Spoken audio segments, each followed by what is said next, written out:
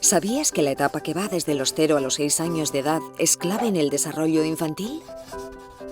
Cuando hay problemas en ese desarrollo, hasta los 6 años la efectividad de los tratamientos es mucho mayor.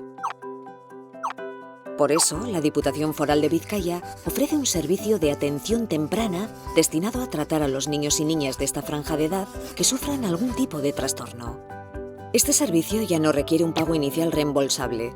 Es completamente gratuito de principio a fin. Si crees que tu hijo o hija puede necesitar el servicio, el primer paso será solicitarlo. Hay 4 lugares donde puedes hacerlo. El Departamento de Acción Social de la Diputación Foral de Vizcaya,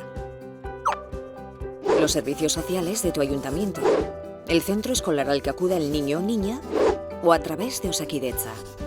No importa dónde hayas realizado tu petición de atención temprana, esta irá siempre a parar al Departamento de Acción Social de la Diputación Foral, que es quien se encarga de coordinar y canalizar el servicio. El segundo paso lo darán los responsables de la Diputación Foral, que una vez recibida tu petición, convocarán una reunión con presencia de profesionales tanto del área de salud como del centro escolar. En esta reunión se estudiarán las necesidades del niño o niña y se establecerá el papel que tiene que jugar cada profesional para conseguir dar una atención integral y coordinada.